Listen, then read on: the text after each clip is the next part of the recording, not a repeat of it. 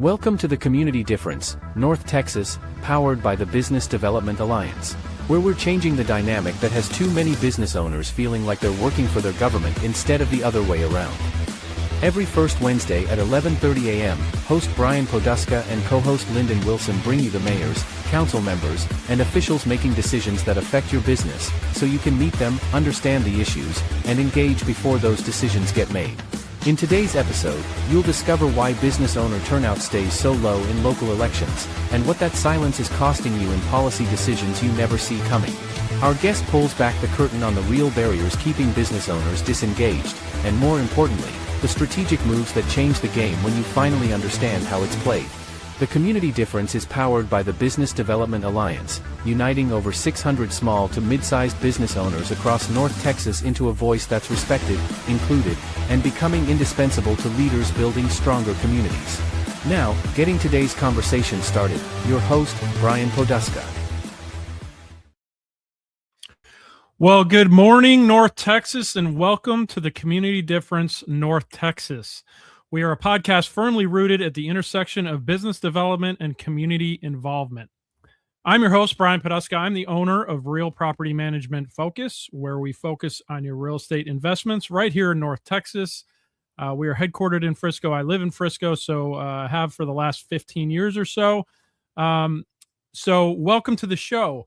If you haven't seen the show before, we have a slightly different twist on it, given the next couple months of local elections. But generally speaking, we spotlight 5 key members of the community. Those would be business owners, entrepreneurs, political leaders, ISD leadership, nonprofit leadership, and also sports leaders. We are Sports City USA here in Frisco, and it's obviously a big thing here in the North Texas region, especially with the World Cup coming in a few months. We do have rotating business features of the month. In the past year, just a quick highlight of what we've done over the past year. We have spotlighted local leaders of chambers of commerce, local EDC, economic development corporations, if you don't know that term, in the area here. We have explored how small businesses can expand with financing options. We've spent a couple months with mayors and council members discussing servant leadership. We've engaged with and spotlighted Collin County first responders. And then most recently, at the end of last year, we dug in with school district leaders from local ISDs to talk about the value that the ISDs present to their communities, and then how small businesses can engage and support them. And guess what? Like I mentioned earlier, we are in election season, right? If you live in Frisco or Plano, you know this. We just had a special election at the end of January. In both Frisco and Plano. So the focus of our podcast and live events in the next coming months will be civic leadership in general, really educating and engaging, and how engaging and how getting involved as a business owner is critical to your livelihood and your life, right? Business life and your personal life. So that's what we're going to be diving into over the next several months. You heard it on the intro to the podcast, which is new. I love it. So let me first bring in my co-host today, Mr. Lendon Wilson, who is the creator and founder of The Difference Media, LLC, a personal friend of mine for the last 5.5 years. And we've been doing this podcast thing in various different forms for that entire time. So Lendon, who's also our producer, bring yourself onto the screen and say hello. Hello, everybody. And what's up, Brian? 5.5 years. 5.5 years. I just want to say this to everybody watching, because it's meaningful to me. It means a lot to me. When I decided, which I had no idea what I was doing, when I decided to create a radio show that turned into our podcast live stream, Brian was the first person I talked to. He was introduced to me by Dustin Payne, a friend of both of ours. And Brian and I sat down and we talked about this, and I could tell by the look in his eyes, and I know he had the look in my eyes, that we had no idea what we were doing or what we were going to try to do, but we were going to try to do it. And here we are, almost 6 years later, almost over 5 million views over that 6 years. So I don't know if we've done it right or wrong, but we're still doing it. Well, just like any venture, you never do it right the first time, and we've reiterated and iterated and done all the things over the past 6 years. And it's amazing to see if I reflect back on the time when we first started and why we started. The cool thing about it is when we first started this, really the fundamental foundation hasn't changed. No. If you remember the first episode and the first several episodes, the concept was the things that make the difference in business and life, right? Yep. That was kind of our tagline. So that hasn't changed. It's just evolved into how we're communicating that. And I love over the last 2 years, we brought it more to the community level and engagement and education. And, with the end result being, how does that benefit you as a business owner, entrepreneur? And how does that benefit you as a citizen? So it goes back to that business and life, the things that make the difference. I agree. And I think, we've had a lot of people that have made the comment, well, this, when I first started with y'all, because we've had a lot of people that's helped us build this along the way.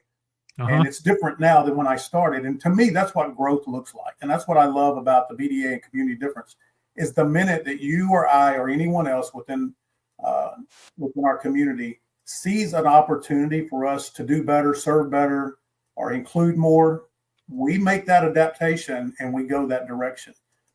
And I think that's been, when you look at growth for me is fun. I mean, you talk about growing pains and getting out of your comfort zone. Yeah, it's hurdles. It's hurdles every day. But when you look back, you and I both can see those hurdles were a lot smaller in the beginning than we thought they were at the time.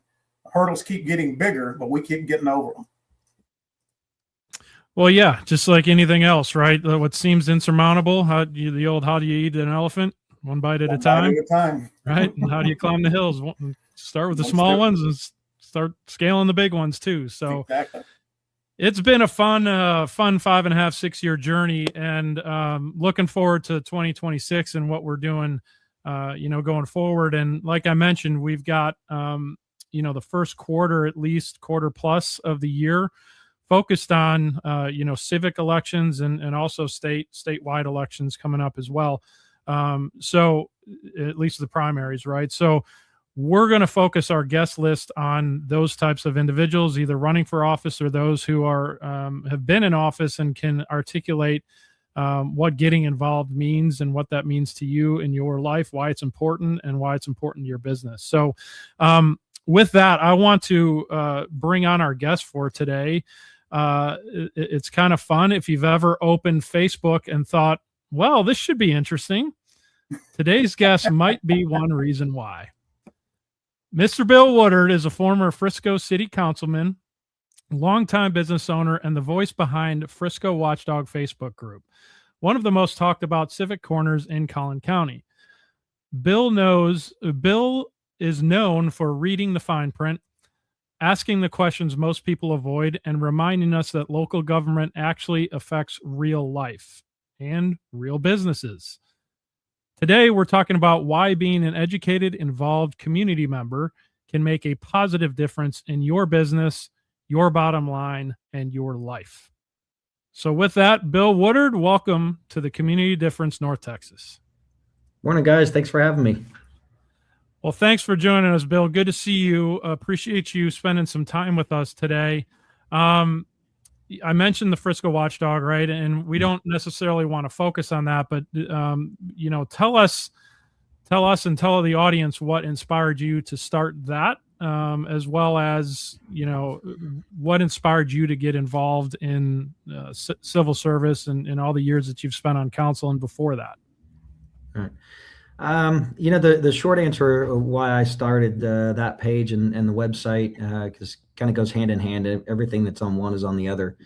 I'd taken some time off after serving on council for 9 years and in other roles for, a total of 17 years. And just kind of watching with the knowledge I had from the outside, just saw some things that I was like, man, over the last 17 years, that the level of discourse has just really changed. And I guess you could say there are some things that affected me that maybe irritated me a little bit, and just decided that, it was time to say something about them and kind of highlight them to the community. Because I think, there are some things that could be done better. And, if people want to listen and they want to participate, that's great. I love that. And, I've had some folks comment on the page that don't necessarily agree with me, but we've managed to always keep it respectful there. And that's not always the case on social media these days. So yeah, that's it. It just kind of happened. Well, and for those of you who haven't seen what you're doing with the Frisco Watchdog, just tell the group what it's all about. It's just all about highlighting, to the citizens, the residents of Frisco ISD, the surrounding ISDs that are affected by, the city of Frisco, providing them information. Sometimes it might be, I'll call it a little bit of behind the scenes kind of thing, right? Stuff that you might not realize is happening unless you're heavily involved. Some of it is educational, things that people don't understand. I mean, over the last 20 years, I've heard all sorts of stuff and gotten all sorts of questions. And, the city does a really good job of trying to put information out there, but, their role is a little bit different on the education side than, what a citizen such as yourself or myself can do to educate the residents. So I'm trying to take a little bit of my history, my background, my experiences, and put stuff out there in a way that hopefully is educational to people, maybe in some cases a little entertaining. Maybe it raises a little ire at times, and that's fine too. Just getting information out there. I'll give an example. One of the questions I got early on when I was on council was, well, how much do you get paid for this job? And I said, we don't. We get a couple $100 a month stipend, and at the time it was a couple $100. And that's it, and I have a real job to go to every day. And the people that I was talking to were absolutely just, stunned that, it was a volunteer position. And to this day, that question still pops up periodically. So, even sometimes the, basic information is good to get out there. Well, you're a self-proclaimed math guy, right? Fun question for you. If you had to calculate your hourly wage of the hours that you volunteered, as a council member versus what your stipend is, what would you estimate that to be? The stipend, yeah, it doesn't cover what would be my hourly wage. I was spending, even towards the end, I was spending probably 10, 15, 20 hours a week, depending on the week, preparing for meetings, being at meetings, talking with residents, responding to emails, the totality of that. Or early on when I was involved, it was probably, there was some weeks I might've been doing it, 25, 30 hours a week for all of those things. Doesn't mean you're always out in public during those times, but just research and responses and, the time it takes to be truly prepared for a role like that in a city the size of Frisco. Yeah, I always I say it flippantly, but it's literally pennies on the dollar when it comes to your hourly wage, right? It's got to be below minimum wage. It truly does amount to a volunteer position. Yeah, it's for the council. It's a $700 a month stipend, and it's all taxable. So, it's. Yeah, I love it. Okay, so all joking aside, right? So you mentioned your background, and what I want to just get that out so the audience can understand, what your background is, and it'll be in two parts. So, and they kind of go together. But first one being, you said 17 years in some sort of volunteer position with the city, whether it's city council. I think you said 9 years, right? Yes. And then prior to that, you were on various different committees, I think. Just tell us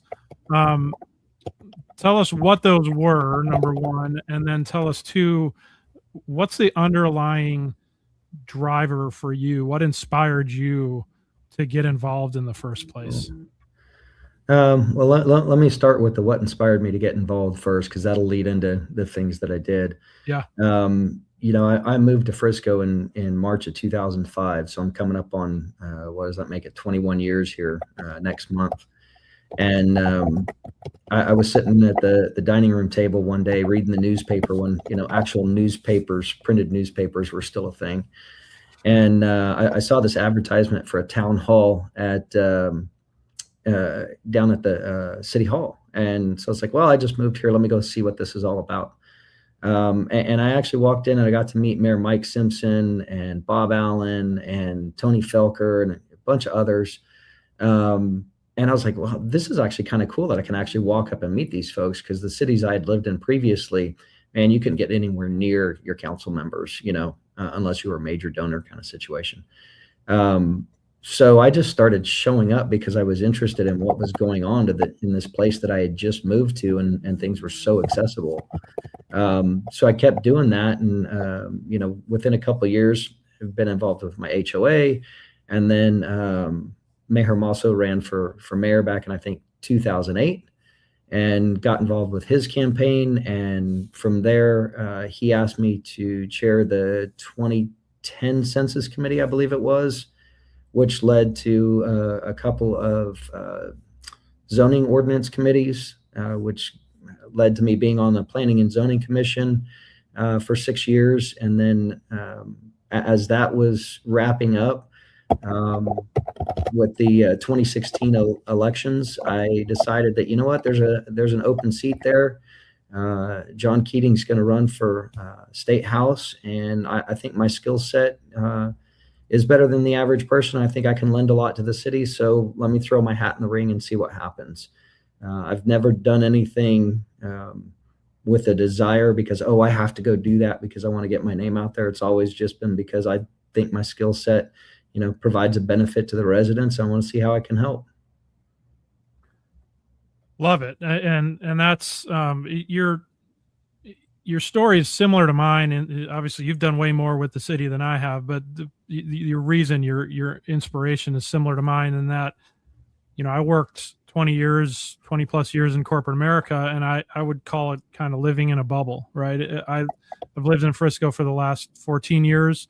And when we moved here, we're like, hey, Frisco's great. There's so much going on. There's so many different, opportunities for our kids. The school district's fantastic. It's a safe place to live, all of that. But I never really understood, how that happened. And similar to you, I went to a few different events and got to meet people and through suggestion, like, hey, if you want to learn more about this, go to this. If you want to learn more about this, talk to so-and-so. And you start going through that, and all of a sudden you start peeling back the onion to understand, wow, there's a lot that goes on behind people's view, right? That makes this city work and makes it the great place that it is, and one of the top places to live in the country, as many publications have put out there. So I love to hear that. It was never a selfish thing. You looked at your skill set and you're like, how can I help? And I think that's the right mindset, is that the old, hey, put me in, coach. You know what you can do. Just help me help you, right? How can I be of help? And I love that mindset. Yeah. Okay, so what then inspired you to move on to council member, and then most importantly, what kept you there for 9 years? Because that is that can be a beatdown, as we've seen through these election periods. Yeah. Well, like I said, the reason to run for council is just, I thought I had better ideas and skill sets than the average person, and just wanted to be involved with that. The election 2016 was stressful, but it worked out in my favor. I think the reason why I stayed is because of all the residents that I got to meet during that time, the people I got to work with on city staff. That's been the most fun thing, is just all the people and all the different things that you get to see and experience. So it just worked out in my favor, I guess, over those 3 elections. Well, if you did something right, because you got elected 3 times. So we know what a challenge that can be, as we've seen here recently. All right, cool. With that, thanks for that background and what you've done, within the city of Frisco and public service. We're going to take a quick commercial break. We're going to come back on the backside and understand a little bit more of that business background that you have. And then, we'll get rolling with the conversation. So, Lendon, go ahead, hit the commercial break. We'll be right back. The Community Difference, North Texas, is made possible by the Business Development Alliance and our premier sponsors, Texas Edge Insurance, PGA of America, NAC Theater, Riker Home Services, No Sweat Experts, and Real Property Management Focus. And by Abracadabra, Best Buddies International, Farmers Insurance, K9 Resorts, My Live Love Travel, and the Compound Nevada. The Community Difference, North Texas, powered by the Business Development Alliance. Together, we can make the difference. And now, back to the show.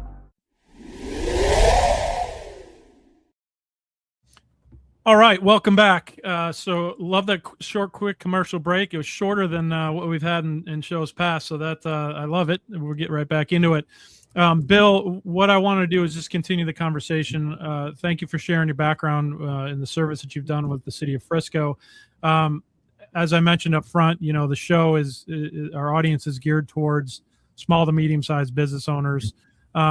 So just tell us a little bit about your background on the business side, and then we'll start tying those two together. Sure. I have been in the banking and lending arena for, call it, my entire career. So by trade, I work for a bank. I'm behind the scenes, though. I'm the chief credit officer at a community bank here in Dallas.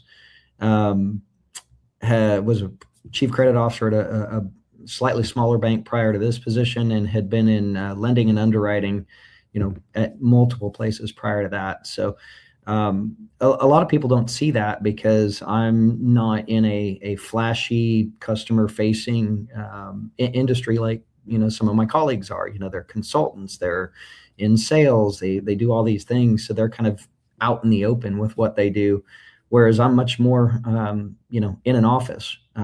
But over those almost 30 years, I've been in small business lending. So I work with small business owners day in, day out. That's what I do. So like yourselves, you know, I saw a lot of crazy things during the COVID era, both on the lending side and working with my borrowers, as well as the government side, and understanding, you know, how those two things impacted each other. And frankly, I think my background in lending and working with those small business owners was really informative to me when I was on council, and, you know, what the impacts of any of our decisions were having. So yeah, that's, you know, 30 years of underwriting, portfolio management, and, you know, chief credit officer here at the bank. I've been with this bank for almost 4 years now, and it's been great. Awesome. And we had I mentioned in the intro, when I recapped kind of what we did last year and part of the Business Development Alliance meetings that we've had in person over at NAC Theater, we had a session where we talked about small business financing, whether it be for a startup, whether it be for an expansion, an acquisition, things like that. So, you know, our audience has heard about kind of what you do. You're the man behind the scenes that rubber stamps it and says yes or says heck no. We need more information. No, so that's great. So you've seen a lot of businesses come and go. Hopefully, you've seen a lot of businesses grow along the way. So that's awesome, because it's exactly in our wheelhouse of what our audience is listening for, right? So let me ask you this to kind of tie the two together, right? So, and I don't want this to sound like your public office and your public service has been the lever that you've pulled to help your business, but how have you benefited? How has your business benefited, and how has your life benefited by you know, being part of that small business community and also being involved in the community? You know, for me, the benefits is really the skill set, some of the soft skills that I've learned over the years. You know, I think I've always been a fairly personable individual. You know, working. You know, I started out in a branch 30 years ago, so you've got to work with people, and, you know, was in customer service with the bank for a while. So, but really, as I got involved with the city, you start meeting so many more people, and you interact with them. So from that standpoint, you know, it's been great because I get a skill set there. Has being on council directly benefited my business? No, not at all. I mean, my public life and my private life are actually, for all things considered, very separate. Because I am behind the scenes. People that know that I'm in banking, maybe they come to me and say, hey, can you do a loan for this, that, or the other thing? Well, sure. Let me get in touch with the person at my bank that would handle that. So, I've brought in clients that way just because of personal connections. Yep. But otherwise, what I do at work and what I do on the civic side really don't touch for me. They're all pretty separate. You've probably had to recuse yourself more often than not, just on some of those connections, is my guess. A couple of times, but more related to a development because it was too close to where I lived. Yeah. Okay. I can't actually recall something that directly affected my business or my income or anything, because the banks that I've worked for have always been outside of Frisco. Unfortunately, it just, that's the way it's worked out in my life. So there's not been a lot crossover there for me. Lendon, you're on mute. See, we've been doing this for 5.5, 6 years, and we still put ourselves on mute. Well, I'm a little rusty. I haven't done this in a while. I've been in the background. So I still and my typing before that everybody was hearing, that's me producing. So I'm not out here writing emails or anything. He's a man of many hats. So here's the thing that I want the public to understand. And I believe that I see this from a perspective of where a business owner would come from. One of the things that we all want to do as business owners is we want to build that know, like, and trust, right? And we're told by every networking group we go to get into public service, help. And I'm not necessarily saying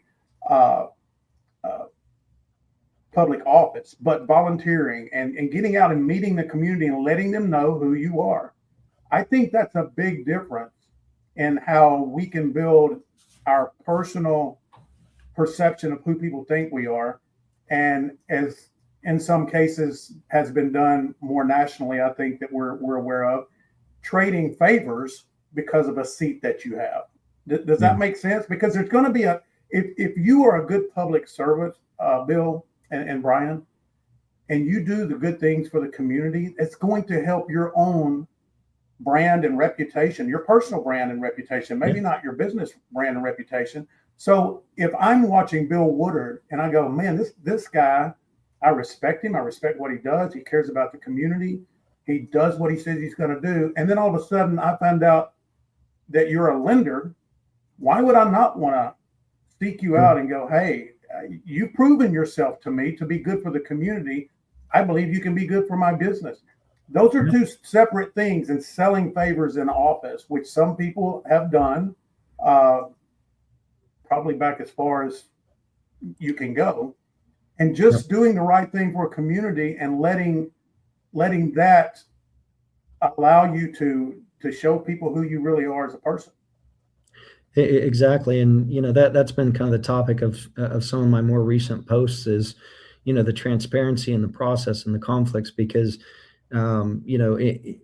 inherently, if you run for council, you're out there, you're marketing yourself as a person, right? You're putting yourself out there. It's flat out, running for anything is a marketing campaign, right? So you get to know people choose to vote for you.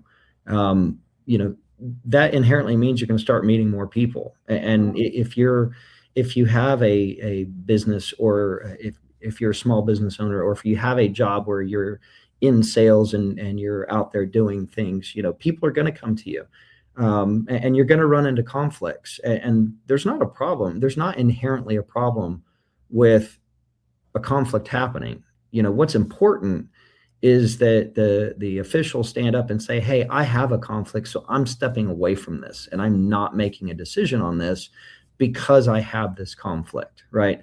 That builds public trust too. And, in life, those things are going to happen. Nothing wrong with it, but be transparent about it. Be honest, be open about it, be detailed about it, and, let people know what that is, because that just, that builds that level of public trust to go, you know what, they're doing the right thing. They're looking out for me as a resident, and they've got these other things going on too, but, they're not doing things specifically for themselves. I agree. Yeah, we've talked about this over the last 5.5 years, and one of our key themes across the show is be seen, be heard, be remembered. Right. And you said it there. A practical takeaway is if you're running for office or if you're involved in the community, you're at least getting out there, right? You're being seen, hopefully being heard, and certainly being remembered, whether it's for good or bad. That's up to your own personal brand building, right? But it accomplishes all those by getting involved with your community, whether all the way to the extreme of running for council or mayor versus throwing your name in the hat for a committee or just getting out there into community events and volunteering. It's certainly a good way to be seen, be heard, and be remembered. Yeah. Well, and when you look at the fact that you get paid $300, maybe a little bit more to do the job, you can't quit your business and just not work while you're serving the community. You still have to work your business. You still have to do business. And I think it would be asinine to think that if someone came to me because they saw me on a city council and go, you seem like a trustworthy person, I'd like to try to get a loan through your bank. There's no conflict there. I don't see that as conflict. It's not, there, and, of course, your opposition is always going to try to frame it where it is. Right. The opposition always will. Again, that doesn't create a conflict. There's actually very specific rules, both in the Texas statutes, the Frisco City Code of Conduct, and it defines, what those thresholds are on a monetary basis. Yes, I know all those things. No, I won't get into detail here. That's the problem. Sometimes I get a little too detailed, and people fall asleep. But all those things are defined, and detractors, regardless if you like me or hate me or like or hate one of my prior colleagues, detractors are always going to try to find that gotcha to say, well, that's a conflict. But you're right. If somebody just randomly comes to you and says, hey, I've seen you, you look trustworthy, and I want to do business with you, that's not a conflict. It's fine. It's going to happen in life. It's called networking. It is. It's got exactly what it is. And it's serving. And in networking, you should be serving. Let me ask you one other question too. I shared before we went on air a little bit about what we're trying to accomplish with the BDA advocacy program. And it is a lot of education because we are across the board, whether it's our residents or whether it's the small business owners, most of us we don't understand politics, how the politics of politics, right? Let me say that. With being able to have our panel and share something like that, like this is what we're allowed to do, this is what we're not supposed to do. With that, I believe a lot of business owners could benefit from understanding that, because I think that it is so perverted sometimes that it's twisted into the ugliness of politics, and it's not ugly. There are rules.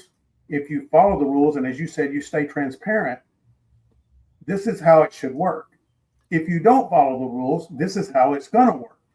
And so I think that, one of the conversations I think we'll have today is, why are people so checked out when it comes to our local elections?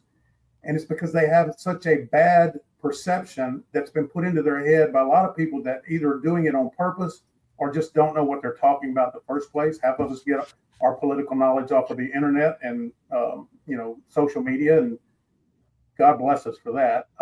That's not necessarily the best place to get it. Point being, what we want to do is we want to educate the small business owners so that they're not turned off by local politics. Right.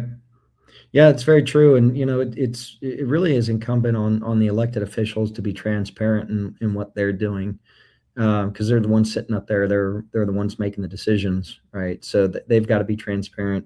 The business owners love to see more people engage, even just regular residents. I mean, like you said, social media these days, I think, for all the good it's done, there's a lot of negative, because we've become a soundbite world where people read a headline, and if they read the same headline enough, they believe it, even if it's not true. Is one of the things that I did on council is I used to meet with scout groups all the time, and we'd talk about that, and I'd be like, you know what, when you turn 18, the one thing I want you to do in every election is vote, but don't just read the headline. Go meet the people, talk to them, look at their policies, ask questions of other people, not just your friends, but, go to the town halls, find ways to educate yourself outside of those sound bites, because the sound bites these days are killing everybody. It's created so much divide when probably 80% of the people are right in the middle anyway on a lot of issues, especially local issues. Yeah. Agreed. Yeah, you hit the nail on the head there, and I want to dive into this after the commercial break. And we just had a city council election, special election in Frisco. Less than 5% of the population voted. That's a problem. We had a city council meeting last night that was very divided, and a very hot topic that's out there right now. So I want to touch on those things and maybe some of the underlying issues that go along with those after this commercial break. So stick around. That's what we're going to get into next. Before we break, the scroll down there, just so everybody knows, there was 3.4% turnout in Frisco and a 3.6% turnout in Plano. So yeah, that's something we want to talk about when we get back. So everybody stick around, and we'll be right back. At the Community Difference Business Development Alliance, powered by the Difference Media LLC, our mission is to empower small business owners by transcending acceptable behaviors and outcomes into exceptional realms. We foster a culture of self-awareness, accountability, and proactive engagement, guiding individuals to recognize and overcome indifference towards transformative actions, habits, behaviors, and processes driving meaningful change. Through strategic networking, impactful content creation, and innovative top-of-mind strategies, we cultivate brand relevance and differentiation, enabling our partners and the Difference community to stand out in crowded markets. With a focus on building authentic connections, amplifying brand presence, and driving sustainable growth, we equip entrepreneurs with the tools and mindset to navigate the complexities of entrepreneurship with confidence, innovation, and resilience. Together, we aim to be the catalyst for difference makers, propelling them towards their highest potential and leaving a lasting impact on their businesses and communities. That's where our community podcasts come in. These podcasts lie directly at the intersection of innovative business development and community involvement, helping to bridge the gap between small business obscurity often seen in our communities. The community-based podcasts called the Community Difference Series are an integral part of integrating all facets of modern business development into a package of great content, positive impact branding, and top-of-mind presence, thus fulfilling the greater mission we set forth. When we set out to be difference makers, we can learn to make a difference and find the success and impact innately desired by all business owners and entrepreneurs. We are difference makers.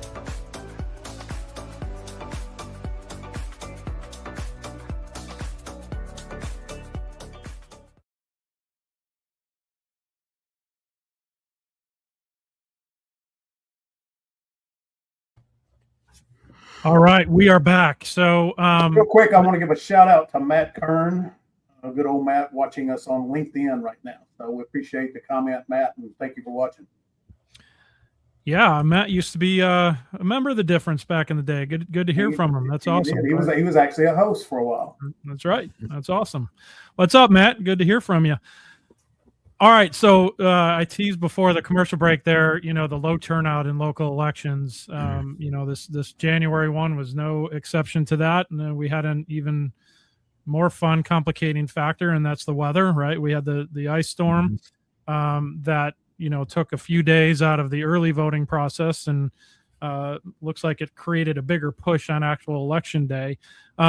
But still, the end result is we're well below the 5% of registered voters who turned out to vote. So question for you, Bill, and I have my own thoughts, and I know somebody on one of my posts had asked me what my thoughts were on this. What are your thoughts as to why that vote percentage is so low? Well, there's a couple things. One is people just don't know that it's happening because it's an odd time, right? We typically vote in, March for the primaries, May for local, and November for state and national, which we could probably spend an hour on why we do those things that way. And we can come back and do that another day. But I think that's part of it. Kind of an odd time. People weren't expecting it. The campaign season in this case was over the course of the holidays. That doesn't help. People are paying attention to family and friends and holidays and whatnot. But then, another thing, and this affects all of our elections. This effectively affects all of our local elections, is a little bit of apathy, or a lot of apathy. People in general, if they're happy with the way things are going, they tend not to turn out as much, or they tend not to pay attention as much. Just the average ordinary resident that's not as plugged in as we are. They go to work, they're taking their kids to school, they're taking their kids to the sports, they're doing all of life's things. And unfortunately, they just don't tune in, and they don't always show up. I think our average turnout in May is 10 or 15%, depending on if it's a mayoral election or if there's other stuff on the ballot or whatnot. So it's a challenge all the way around. So that's just a couple of things. You probably have others, and they probably wouldn't be wrong either. Well, you hit on my top two, and that was awareness and apathy. And the old, if it ain't broke, don't fix it, or I don't need to fix it. And that becomes very dangerous, because it puts the power of the election in those that do come out to vote because they're not happy with something. Those numbers represent a larger majority than they may if you're just canvassing the general public. And that's where it becomes very dangerous.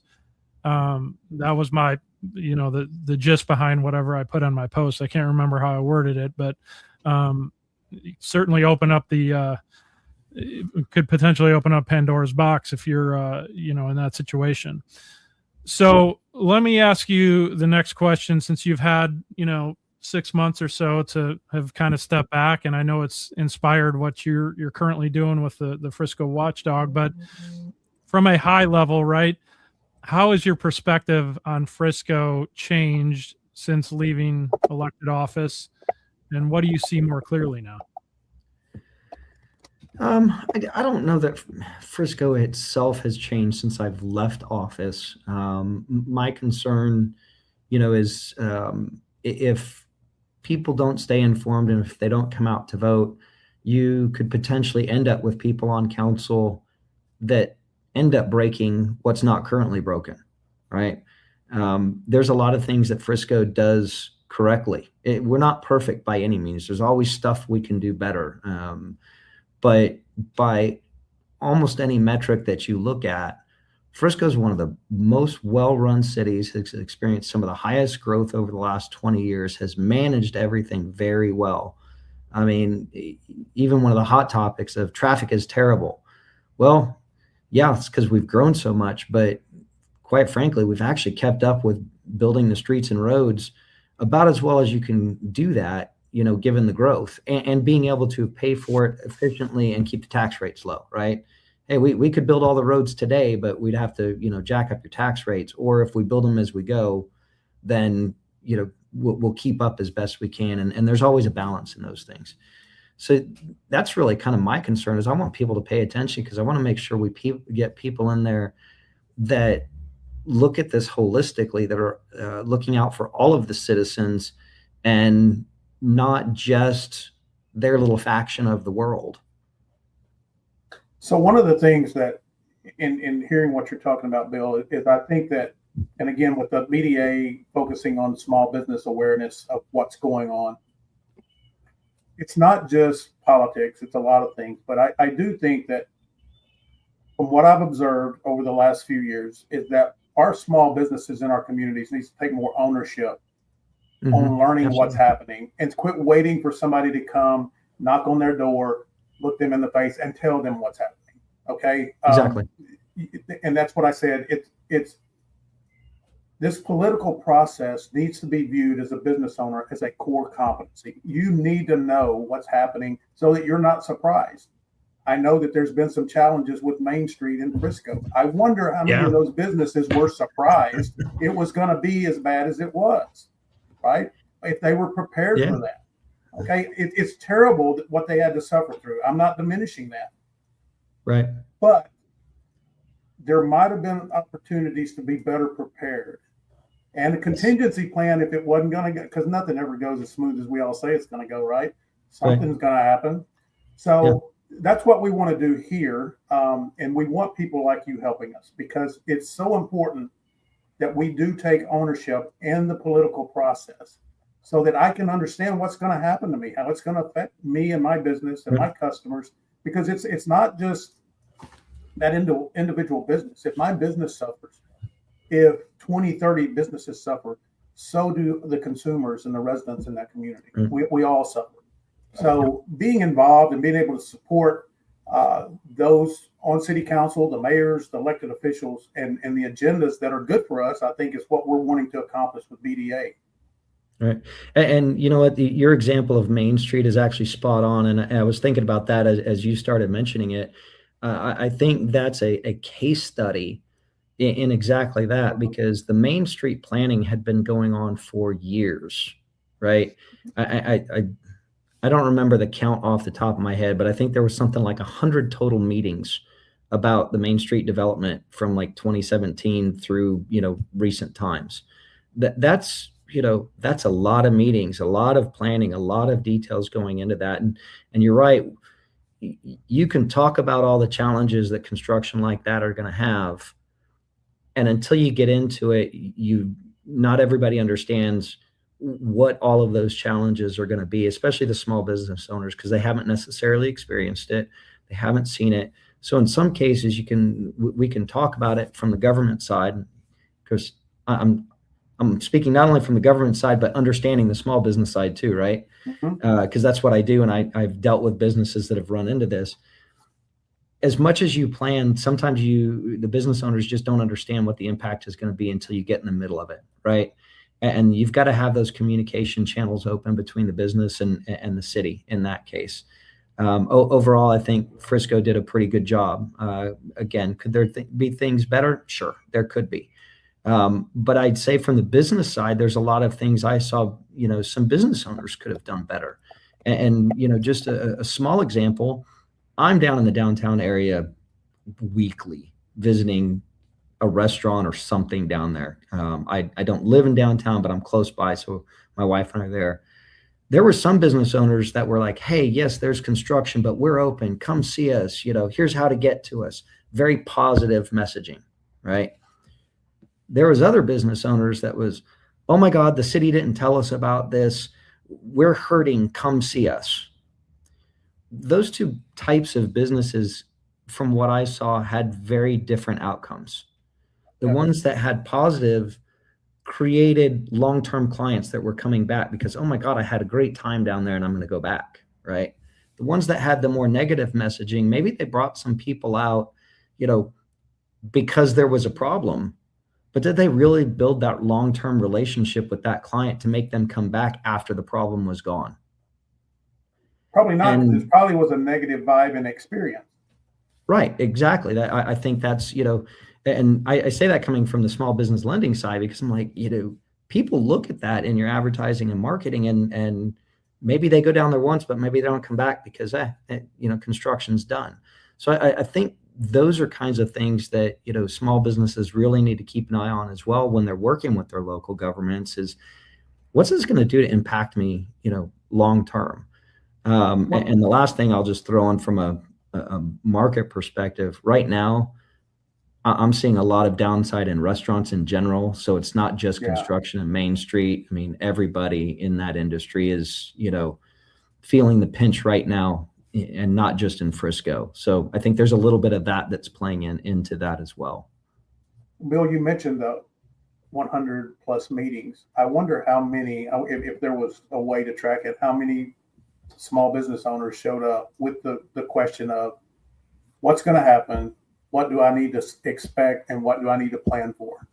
Yeah. And I think that being able to have those conversations with city council would have helped city council a lot, and it would have helped the business owners a lot. And I would assume, based on what I see in other events that I go to, there probably wasn't a bunch of them that kept showing up and really trying to understand. And I'm not trying to blame anybody here. I'm just saying, again, we need to be more proactive than reactive. Yeah. You're right. There was not a lot of small business owners there throughout the process. You had some showed up, and I can think of one or two that probably showed up more often than others.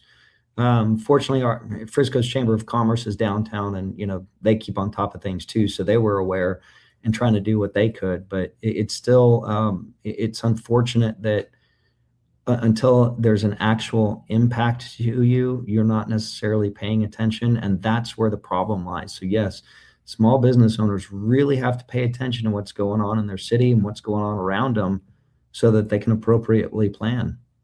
Exactly. Well, and it goes back to what we've talked about again on the show for the last 5 years, is being relational rather than transactional.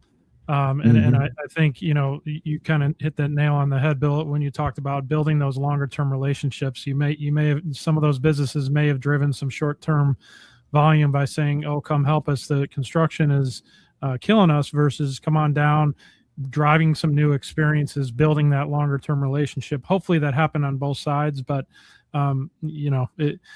we're kind of near the end of the construction project. The vision is there. It's more visible now as you go down Main Street. Mm-hmm. We're not there yet.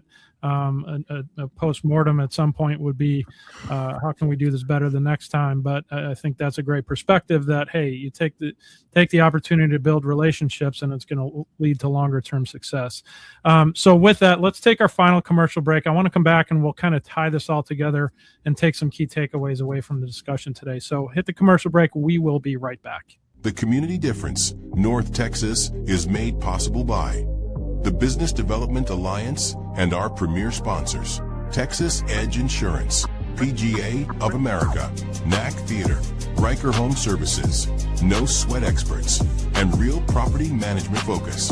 And by Abracadabra, Best Buddies International, Farmers Insurance, K9 Resorts, My Live Love Travel, and the Compound Nevada. The Community Difference, North Texas, powered by the Business Development Alliance. Together, we can make the difference. And now, back to the show.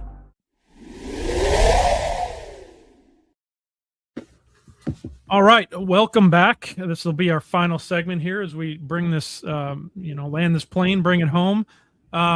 So we've talked about, Bill, thank you for sharing your background and all your years of service, both on the civil side as well as, on your banking history. Great guest to have on today to kind of tie this all together. Some of the key takeaways that I've had so far in the discussion, getting out and getting involved, build your core competencies. Lendon, I think you said that. It educate yourself. Take the proactive approach to educate yourself. Building your own personal brand. Bill, you referenced that by getting involved in the different roles that you have with the city. Inherently, you're going to meet more people. You're going to build your own personal brand. It just inherently, again, increases the amount of people and interactions that you're going to meet and have over the course of time. At the end of the day, what that establishes is the more people know you, like you, trust you, or they know you, at least. Whether they trust you or not, that's up to them. But essentially, your voice is going to be heard, right? Whether it's in opposition or with you, your voice is going to be heard. And so I know that's kind of what you have going on right now with what you've started with the Frisco Watchdog. We're kind of out of time to dive deep into that. I'd encourage anybody who's interested in learning more, because it is an educational platform, engaging from a civil discourse perspective, right? You may not agree with everything Bill says on there, but at least come out and have that discussion. And that's what I like about it, is it's engaging. It's asking you to come out, and if you have a different opinion, let's talk about it. So I'd encourage you to check out Facebook, look up Frisco Watchdog. Bill, you are the administrator of that group. So I encourage anybody to go out there and check that out. But what I want to do here is have a practical takeaway for our audience, right? So we've talked about the benefits of getting involved. We talked about it from a business perspective and what it's done for you as far as getting into the community. The practical takeaway I want to make sure our audience hears is how. how do they get engaged? How do they get involved? What are some steps that they can take to make those next steps to get engaged? Show up, show up to your city council meetings. Look at the agendas online. Find out if there's anything on there that you're curious about. If you are, send an email to the council and ask about an agenda item. Pick up the phone and talk to them. Now, in their defense, they get a lot of emails and a lot of phone calls. So don't get upset if they don't get back with you right away. And that's across the board, right? In 20 years of watching, different council members respond differently in different time frames. It's just the inherent nature of people. But reach out to the city staff if you have questions. I mean, they are all fantastic and will get information back. You don't have to go to council. One of the things that I put out there is the council doesn't run the city on a day-to-day basis. That's the city manager's job, right? So a lot of things you can get answered just by, looking at which department handled that agenda item and sending them an email. And you'll find out, you'll probably get a faster, more detailed answer than sending it to council in a lot of cases. But yeah, just engage, find an area that you're interested in. And if it's maybe not the civic side like I have, if it's the nonprofit side or any of the other ventures that you mentioned in the intro, just be engaged. Love it. Yep, exactly. Get engaged, reach out. And I've found it to be the case that, whether it's a council member or somebody in with the city itself, they will get back to you, whether it's by a phone call or an email. They're all accessible. So it's a great point. What I do want to do is I want to hear from your perspective, because Frisco, like we talked about, not everybody agrees with what's going on in Frisco, but generally speaking, it's been proven and the feedback is it's a great place to live, right? You've seen Frisco go over your 17 years of public service, your 21 years of living here. You've seen it go from probably a population, I'm guessing, of around 100,000 when you got here to 236,000 at last count. What, and you being part of that leadership group that helped, make that happen, what is your, call it, I was going to say top, but I'll give you top two. What are your top two key takeaways from being involved with the city of Frisco for that long? I think it was about 70 or 80,000 actually when I moved here. Okay. We are a blessed city in a lot of different ways, and one of those is geography. The primary growth corridor on the Dallas side of the Metroplex is right up the Tollway Preston corridor, which splits our city right down the middle, right? So we have a lot going for us because of that. I would also tell you that, early on in Frisco's history, we had a lot of really visionary leaders. And as leaders, that's what they did. They set the vision, and then they expected the city staff to go execute on that. And I'm hopeful that as we elect new people going forward, we are picking truly visionary leaders that have ideas for the long term and aren't just latching on to the issue du jour because, the loudest person in the room is making some noise. That's not always the best course of action. It really takes a lot of thought to understand what a vision is and to set that and to reach for it. And sometimes those things that you set out to do don't actually happen while you're on council, but you set the roadmap for them to happen over time. Government is not, instantaneous like our news cycles are. It actually takes real work to plan and then a lot more real work to execute. What's that analogy where you plant the seed of the oak tree that you'll never get to experience the shade of? Yep, exactly. I think that's politics, if it's done right. I 100% agree with that. There's a lot of things I would have liked to have gotten done that I couldn't, but I think I helped set the course for some of those. Mm-hmm. And, maybe I'll be spry enough to experience them in 20 years, and maybe not. But if the elected leaders are truly looking out for the people, that's exactly the mentality they should have. Wow, I love that, and you're absolutely right. The visionary leadership that occurred, 20 years ago and has continued on, over the last 20 years, hopefully does continue for the next 20. Because, the example of Grand Park is one of those. It was sold to me when we moved to Frisco 15 years ago. We're finally starting to move some dirt on it. It will come to fruition. That will be the shade for my grandkids, hopefully someday. So, but no, that's great perspective, Bill. Appreciate you. We are up against the hour here. But any final thoughts that you have for our business owners, business leaders listening, or citizens of Frisco as a final word?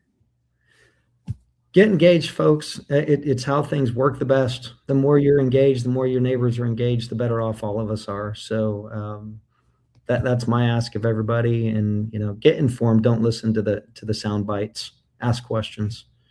And I appreciate you guys having me on today. It's been a good conversation. I've really appreciated it. Well, we hope to have you on again and on our panel when we do the monthly in person at NAC Theater. We'd love to have you visit there too. Be happy to. Just let me know. All right, Brian. Before we go, I have to do one thing, or I'm going to be in big trouble. Fire away. I have to say hi to my Aunt Frida. I love you too. Well, we thank Aunt Frida for watching and keeping you in line all those years, hopefully. She's in Kentucky now. She did live in Illinois for a while, so y'all have some commonalities there. All right, bear down. Let's go, Chicago Bears. Right. We have to get my every show I have to plug the Bears or some sporting team in Chicago. So there's my Bears plug for the show. Awesome. Well, Bill, again, thank you for your time today. Thank you for your insights. Thank you for your service for the city of Frisco over the last 17 years. Appreciate what you're doing online. Whether you agree with it, Bill, or you don't, get online, engage. As Bill said, engage. That's how you can make a difference. It's how your voice can be heard. So with that, we'll sign off for this episode. Everybody have a great rest of the week, and we will see you in 2 weeks at the NAC Theater, 11:30 to 1 p.m. All right. See everybody soon. All right. Take care, guys. The Community Difference, North Texas, is made possible by the Business Development Alliance and our premier sponsors, Texas Edge Insurance, PGA of America, NAC Theater, Riker Home Services, No Sweat Experts, and Real Property Management Focus. And by Abracadabra, Best Buddies International, Farmers Insurance, K9 Resorts, My Live Love Travel, and the Compound Nevada. The Community Difference, North Texas, powered by the Business Development Alliance. Together, we can make the difference.